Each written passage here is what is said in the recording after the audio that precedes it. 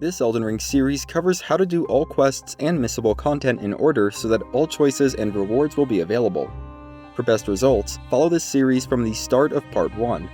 There will be spoilers in the form of important information, and as usual, useful timestamps can be found in the video description.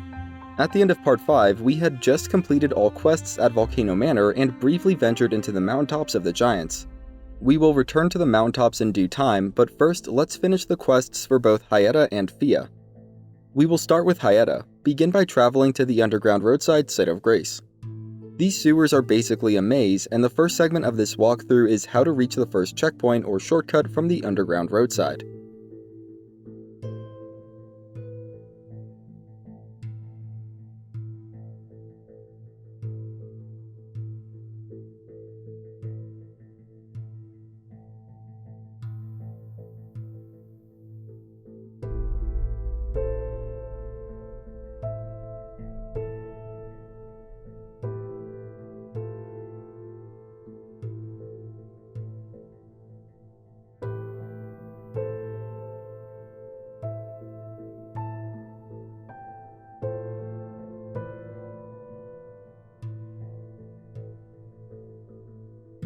If you want an additional shortcut, you can pull a lever to the right to open up a nearby gate.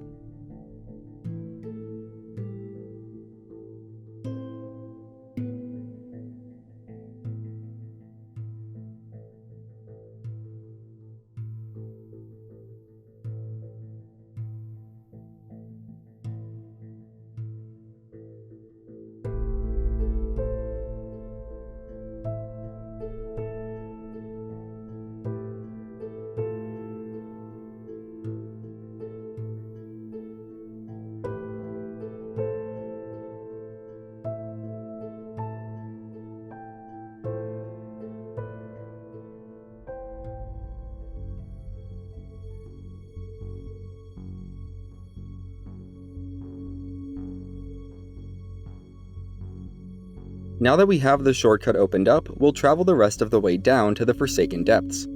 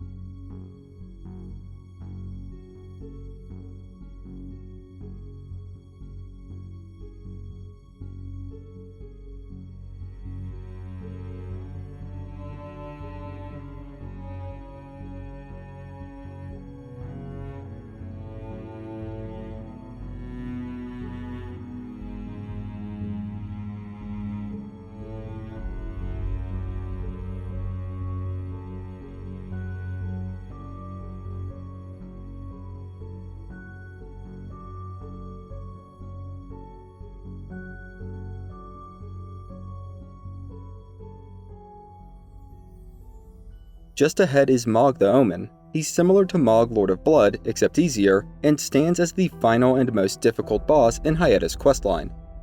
After defeating him, discover and rest at the Site of Grace. You should get the option to speak with Melina, and she will warn you not to inherit the Frenzied Flame. Moving on, quickly grab the Erdtree +1 Talisman from the chest, then hit the altar. Doing so will open a secret passage that leads into what has to be the creepiest location in all of Elden Ring, and also the most difficult platforming section. Before beelining it to the bottom, I'll show how you can get these frenzied enemies to shoot their frenzied flames at the tent-like structures. This will destroy the tents and allow you to grab the items underneath, the most noteworthy being the Nomadic Merchant's armor set near the very start of the path down.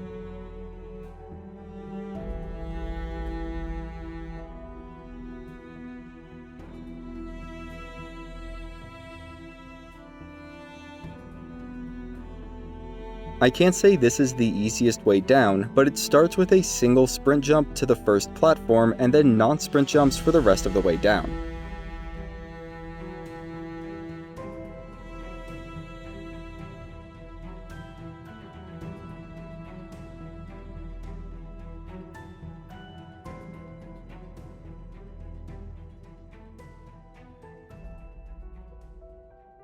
Be sure to grab the Inescapable Frenzy incantation near the bottom along with the Fingerprint Stone Shield.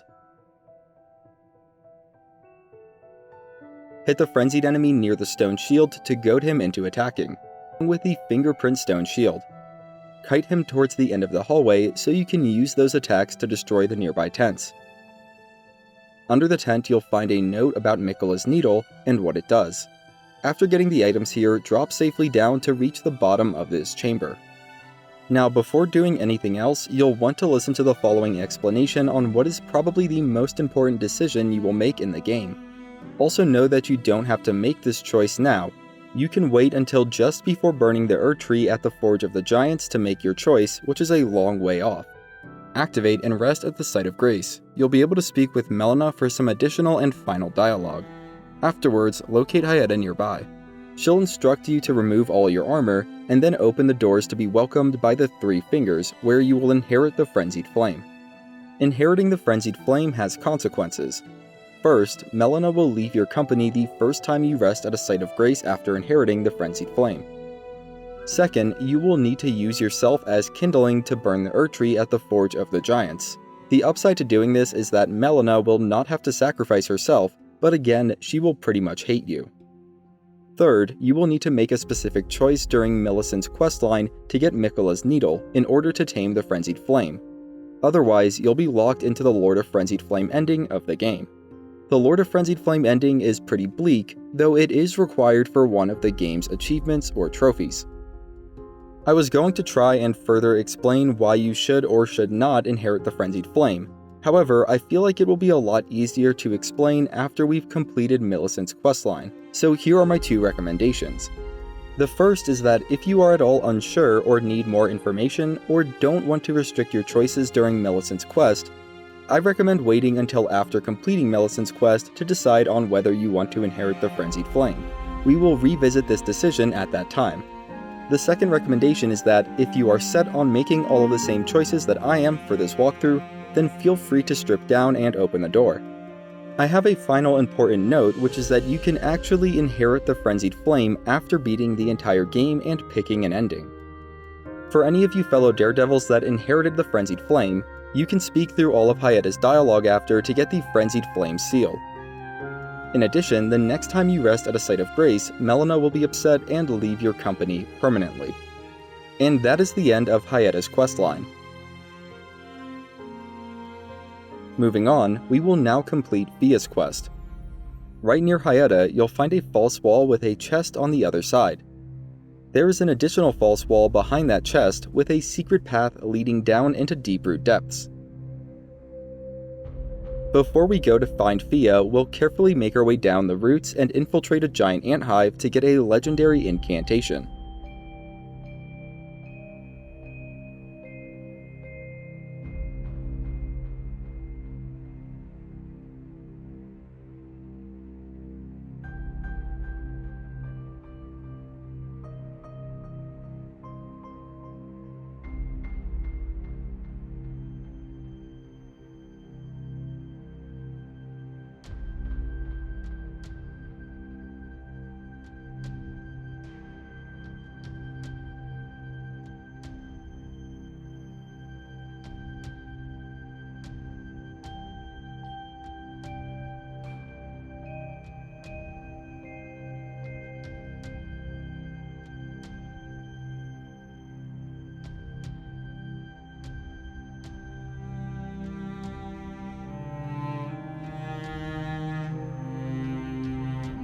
You can attack the bloated ants as you make your way through for some easy Newman's runes, which are worth 12,500 runes apiece. On the far side of the nest, you can pick up the Elden Star's incantation off of a body before making your escape. We'll head west towards the Deeproot Depths Site of Grace.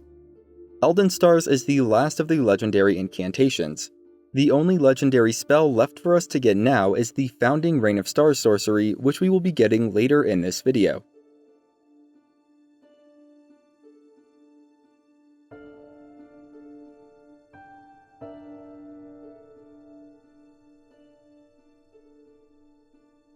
From this location, we'll head northeast into the Nameless Eternal City, stopping to pick up the map for Deeproot depths before making our way to the Site of Grace across the routes.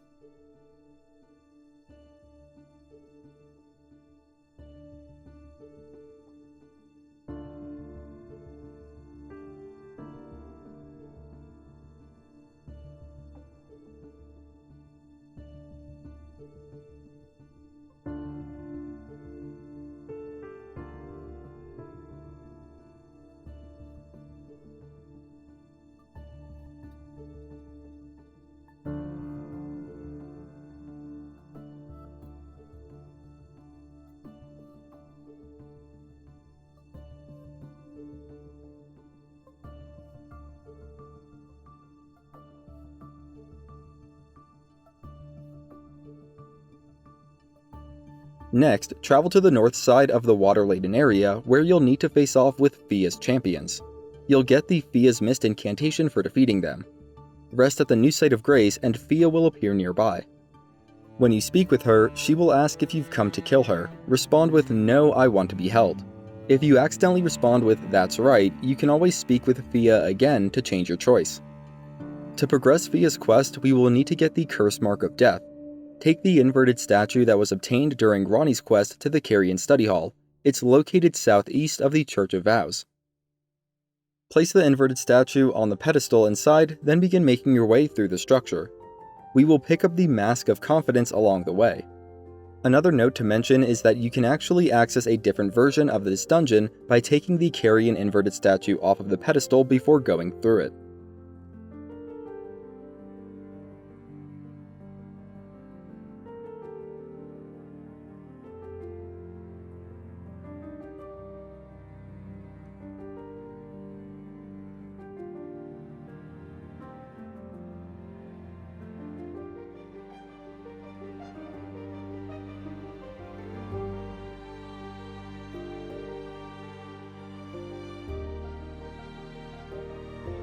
Preceptor Miriam will drop the Lucidity Sorcery when defeated.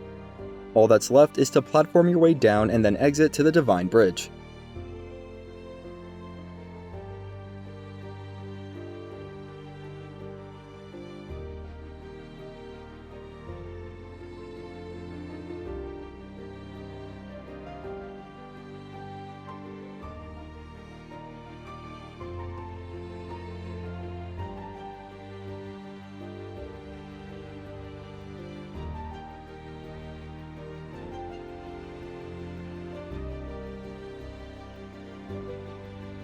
If you want the Godskin Noble Armor set, you can defeat the boss on the bridge. Otherwise, you can just ride past it on your mount and head straight for the Divine Tower. At the top of the tower, you'll get the Stargazer Heirloom Talisman along with the Curse Mark of Death. Return to Fia and allow yourself to be held, then give her the Curse Mark of Death when prompted. You'll get the Radiant Baldaquin's Blessing, which does not give a health debuff and can be stored in your personal stash. Go through any remaining dialogue, rest at the Site of Grace to reload the game, then talk with Fia again.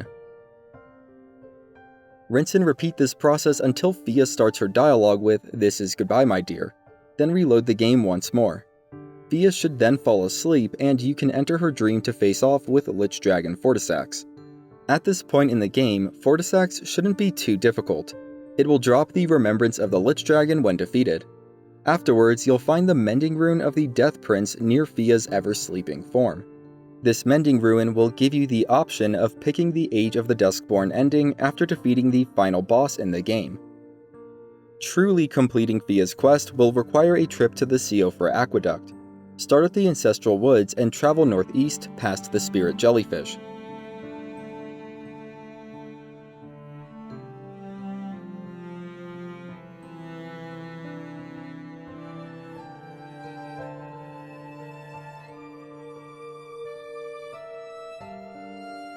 The entrance to the aqueduct is cleverly hidden behind a ledge.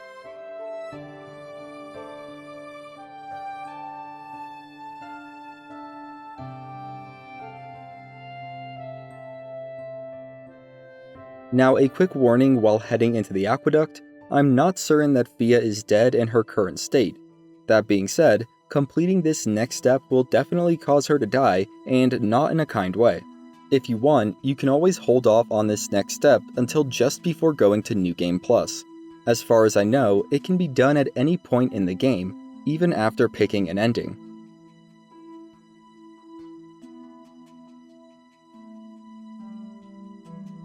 You'll locate an NPC right near the entrance to a boss room where 2 gargoyles can be fought. The NPC is Dee's twin brother. If you give him the twinned armor set, he will weakly utter Dee's real name, and you will unlock the Inner Order gesture. As a side note, if you can defeat the pair of gargoyles in the nearby boss room, you'll gain access to another way of reaching Deeproot depths. That being said, we've already gotten to Deeproot depths, so defeating the gargoyles is totally optional. After handing over the armor, return to Fia in Deeproot depths. You'll find her slain by Dee's twin brother. You can pick up Fia's item set at this point, sans her undergarments, which have tragically been cut from the game. The brother will spit obscenities directed at Fia when spoken to, and it's really tempting to just strike him down. However, personally that sort of breaks a cardinal rule of mine, so I didn't do that myself. Instead, I just spoke through all of his dialogue, then rested at the nearby site of grace. Doing so causes Dee's brother to vanish, leaving behind the twinned armor set along with a new addition, the Inseparable Sword. And that is the end of Fia's questline. With those quests concluded, we can return to the Mountaintops of the Giants. First off, if you inherited the Frenzied Flame, you can find the Ronin's armor set and Iron Casa where Shabriri was previously located. Alternatively, you can attack and defeat Shabriri for the armor. As far as I know, attacking Shabriri doesn't have any ramifications down the line. But like with most things in Elden Ring, I am not absolutely certain. Nearby in the Zamor ruins, you can get the Smithing Stone Miner's Bell Bearing 3, which will go a long way in allowing you to upgrade your favorite weapons. Its location is somewhat hidden, so I'll show a quick walkthrough on how to get to it.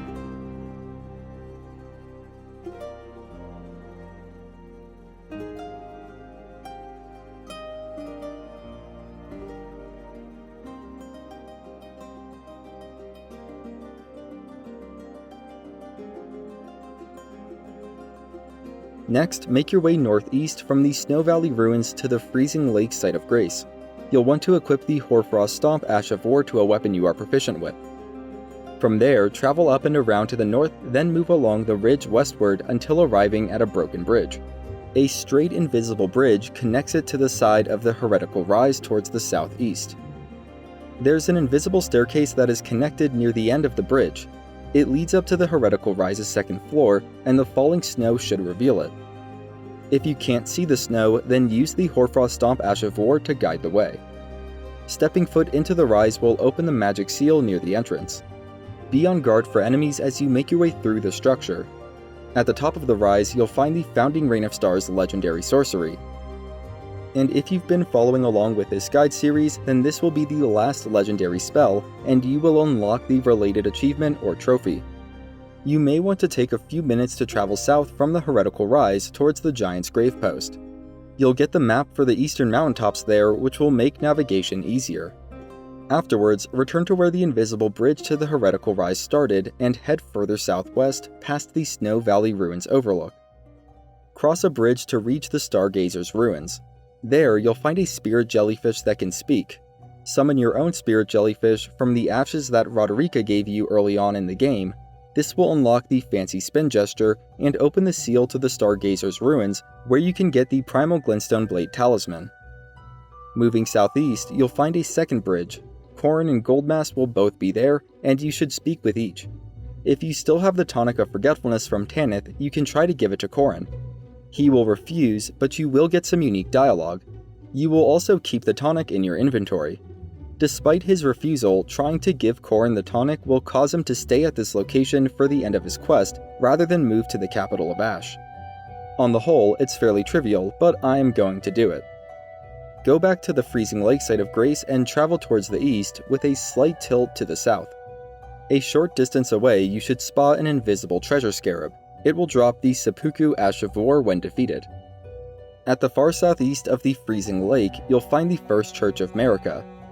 The Somber-Stone Miner's Bell Bearing 3 will be on a body outside, and there will be a sacred tier inside. Next, travel west to the Guardian's garrison. We will quickly make our way through to reach Chief Guardian Arganthe, a hostile NPC.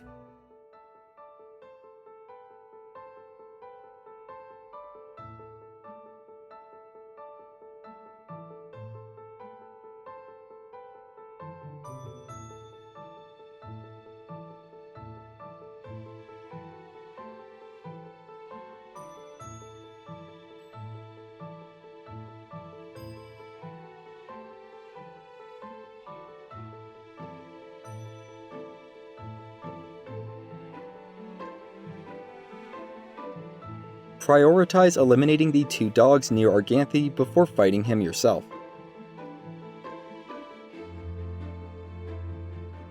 Arganthy drops the One-Eyed Shield when defeated. Nearby, there is a tower you can climb to the top of to get the Giant's Prayer Book.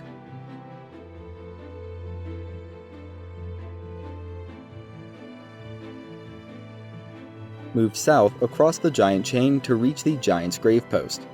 The Church of Repose is located a bit further to the southwest. Go there to be invaded by Okina. When defeated, he will drop the Okina Mask along with the Rivers of Blood Katana. Inside the Church of Repose, you'll find the last sacred tier needed to upgrade your Flask of Tears to maximum potency at plus 12. We will return to this location once we are ready to face off with the Fire Giant, but that won't be until after we've completely explored the Haligtree, which is where we are going next. To that end, fast travel back to the Snow Valley Ruins Overlook, then head a short distance west before descending down the slopes to the northeast towards Castle Sol. In this walkthrough segment, we'll get the second Stormhawk Axe, then make our way to the Church of the Eclipse.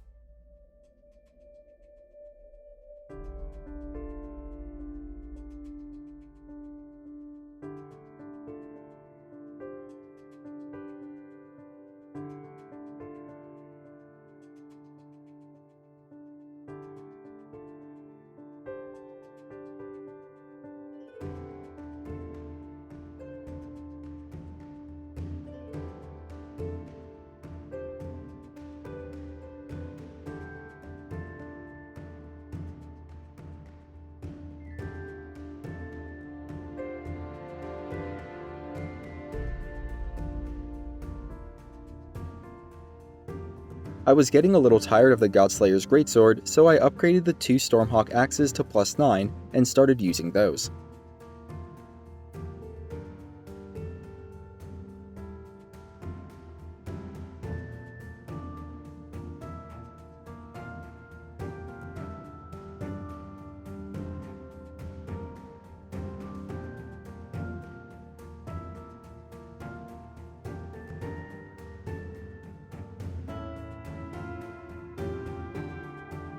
Within the church, you'll find the Eclipse Shotel, one of the legendary armaments.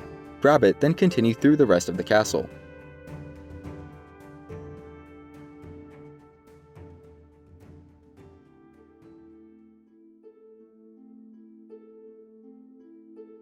The spectral knights that spawn near the entrance to the boss room are a real pain. In order to avoid having to deal with them, activate the lift near the boss room. This lift is easy to reach from the Castle Sol main gate site of Grace and will bypass those pesky enemies. The boss, Commander Nile, is guarding the left half of the Haligtree medallion. He's similar to Commander O'Neill from the Swamps of Aeonia. The major difference is that Nile inflicts chill instead of Scarlet Rot and has 2 spectral banished knights to help him in the fight. I definitely recommend a strong level 10 summons to assist in taking him down, such as the Black Knife Tish, Dung Eater Puppet, or Mimic tier. Also, if you can get a Bewitching Branch off on one of the 2 Spectral Banished Knights, it will help turn the numbers advantage to your favor. If you want to try it for yourself, you can purchase up to 5 Bewitching Branches from the Nomadic Merchant near Bellum Church in Liurnia. Personally, I found that the Stormhawk Axe skill makes very quick work of the Spectral Knights.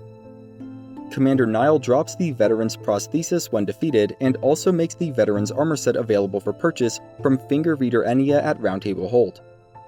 After defeating Nile, ascend the tower to the north using the lift and retrieve the left half of the Haligtree medallion. As a quick aside, it was after fighting Commander Nile that I decided I needed more health. So I underwent Rebirth and invested the most points into Vigor, followed by Strength, Dexterity, and finally Endurance. After all was said and done, I was around level 90 and had a Vigor stat of 50. Now that we have the complete Haligtree medallion, go to the Grand Lift of Rolled site of Grace to use it. Stand where you are prompted to use the rolled medallion. Instead of that though, flip through the options and you should get the option to hoist the secret medallion. Doing so will take you to the hidden path to the Haligtree. This is a whole explorable dungeon with invisible platforms. It can be explored at any time. For now, we will just run straight to the exit. Once you get to the site of Grace, the next step is to get through the snowfields. but extremely low visibility can make that difficult. You're supposed to follow the lights on the ground to make your way through, but honestly it's easier to just take a straight path. All that is required is to use the compass on your HUD.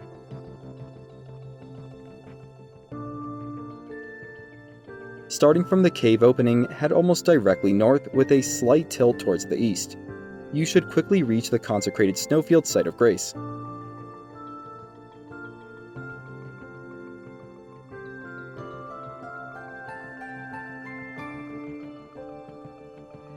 From there, you will want to head as directly north as you can manage. You should be able to travel a pretty far distance without any obstacles. Eventually, a cluster of rocky formations that are directly in your path will become visible. Skirt around the right side to make a safe drop down to the ground below. Then head one notch to the northwest to find the inner consecrated Snowfield Site of Grace a very short distance away. Visibility will clear up substantially when you move north from this location. Next, grab the map fragment a little further north, then double back to the frozen river and travel up along it towards the northwest. You'll pass by a spot where Anastasia Tarnished Eater should invade. This is the final location that Anastasia will invade at, and she will drop a somber ancient dragon smithing stone when defeated. From there, travel west. You'll be invaded by the Sanguine Noble near a large tree surrounded by red foliage. He is very similar to Bloodyfinger Nereus and will drop the Sanguine Noble armor set when defeated. Just beyond him, near the west ridge of this area, you'll find the transporter that allows all players to access the Mohg Palace location. The final boss in this location, Mohg Lord of Blood, can be fought at any time. However, there are two major tasks that you'll want to complete beforehand. First, we will get the White Mask and War Surgeon armor set. Starting at the Palace Approach Site of Grace, you'll want to eliminate the giant crow on the nearby landmass, otherwise it will get in the way. To do this, equip a crossbow and wield it with two hands. Then sit down at the Site of Grace and immediately stand back up. Move over to a specific spot at the ledge, aim, and shoot the bird as it walks into sight, weaving the bolt or arrow between the tree branches. This should goad the bird into running off the cliff, but you can repeat the process if it doesn't work the first time. Once that is taken care of, start heading down the path to the north and stick left until you find a pathway leading west. Follow it and jump over a ledge to land in the clearing below.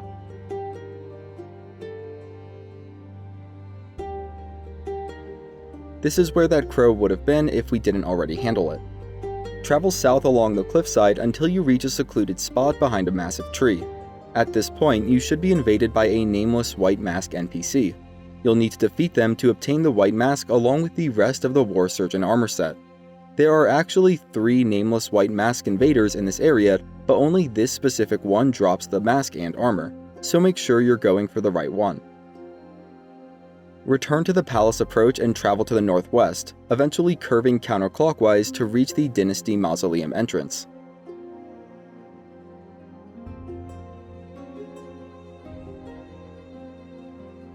You'll find the map for this location on a body just before reaching the Site of Grace.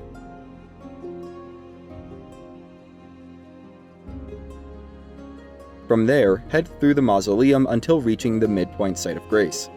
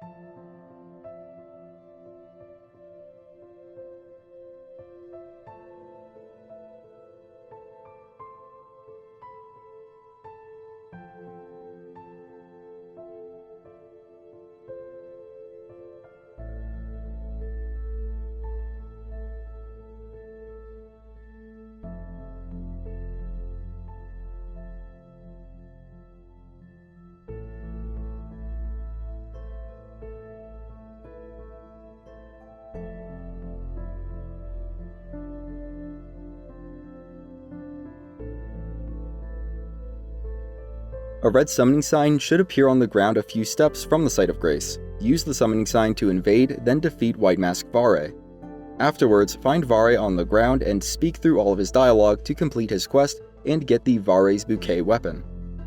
At this point, you can go ahead and challenge Mohg, Lord of Blood, as defeating him will no longer lock you out from any of the game's content.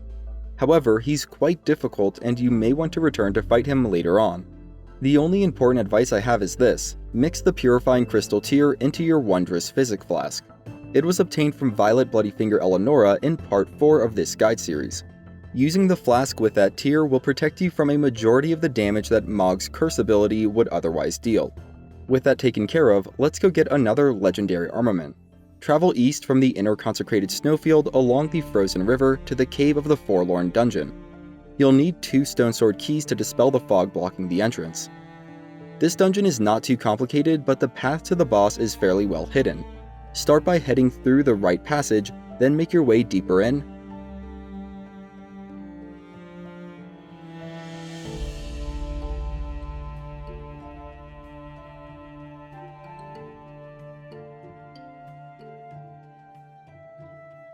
You'll eventually come across a couple of small glaciers on your left. The trick is to head around the back of the smaller glacier, climb up onto it, then leap over to the other. There is a hole that leads further into the dungeon. From there, run past the angry jellyfish and safely descend down a second hole deeper into the ice. Then it's just a short walk to the boss room. Inside, you'll face the Misbegotten Crusader, which is fairly easy compared to other bosses in this area. When defeated, this boss will drop the Golden Order Greatsword, which is the second to last of the legendary armaments. Return to the inner consecrated snowfield, then travel up north to Erdtree, Liturgical Town. Before solving the puzzle here, I wanted to go get a second Somber Ancient Dragon Smithing Stone so I could upgrade both of my Stormhawk axes to +10. To that end, travel to the far northwest corner of this area, where the apostate derelict church is located. It's guarded by a walking mausoleum that launches magic explosive projectiles when approached. Do your best to dodge the explosions and take the mausoleum down like you would with any other, then head into the church. You'll find 2 things. The first is a silver mirror shield, and then there's the giant sleeping albinaric. As you approach, you should get the option to summon Latenna. Do so and she will share some dialogue with her larger sister. Afterwards, speak with Latenna to get the Somber Ancient Dragon Smithing Stone. That's the end of Latenna's quest, at least as far as I know. The last thing we'll tackle is the Everjail puzzle at Erdtree. From the Site of Grace, head north into the town proper and loop counterclockwise around the main structure at the back of the town to find a plaque that you'll need to read, and an Everjail nearby. As a quick aside, you can find a really neat set of armor, the one worn by Black Knife assassins, beneath the large staircase to the northeast of the Everjail. Returning to the Everjail, you'll need to read the nearby plaque before you can enter. Instead of a boss, 4 figures will need to be lit in order to complete this Everjail. There will be dangerous archers on the rooftops and invisible assassins prowling the walkways. I highly recommend using the Assassin's Gambit Ash of War multiple times throughout this Everjail. When you first enter, head straight forward and hop over a few barriers to reach a set of ladders to the first figure.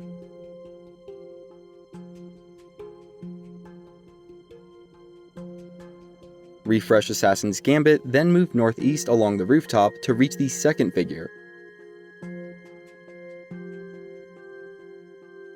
There should be enough cover near the second set of ladders to single out and defeat the archer nearby, which you'll want to do before proceeding to the second figure.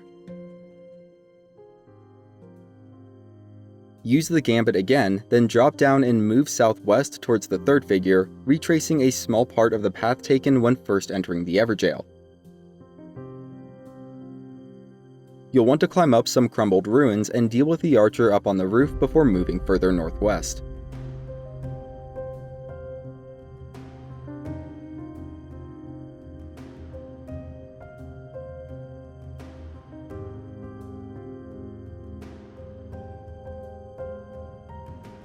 Use the Gambit skill once more, then drop down to the street and beeline it for the final figure.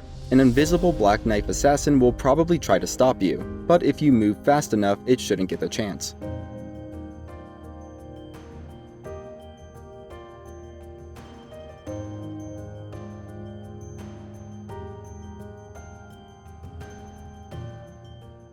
After lighting the 4 figures, you'll be returned to the Everjail's entrance. The large staircase to the northeast will now be accessible, and at the top you'll find a transporter that will take you to the Haligtree. That's it for part 6. Feel free to explore the Haligtree area on your own, but try to avoid Millicent or completing her quest as it involves an important choice that we will be covering. You will also want to avoid defeating the Fire Giant and burning the Erdtree at the Forge of the Giants thereafter. However, everything else in the lands between is fair game at this point, so get out there and do some exploring. If you need help with anything covered in this video, you can reach out in the comments section where I'll do my best to help. I'll also have a pinned comment that I update with helpful information as time goes on. In part 7, we will venture through the Haligtree and decide the fate of Millicent, which will play into the decisions we make regarding the Frenzied Flame. You can find part 7 over on my channel, and if you're new, consider subscribing. You're helping me feed my cat, her name's Marshmallow. There are other ways you can support the channel too. The Marshmallow merch store features professional Elden Ring inspired designs of your favorite fluffball, and we also have a channel membership now. By pledging $3 a month, you'll get a custom badge that upgrades over time to let others know you're an MVP, along with priority for responses to comments and questions. That's my spiel. Have a great day. If you're here today, have a great Sunday and a great weekend. And as always, thanks for watching.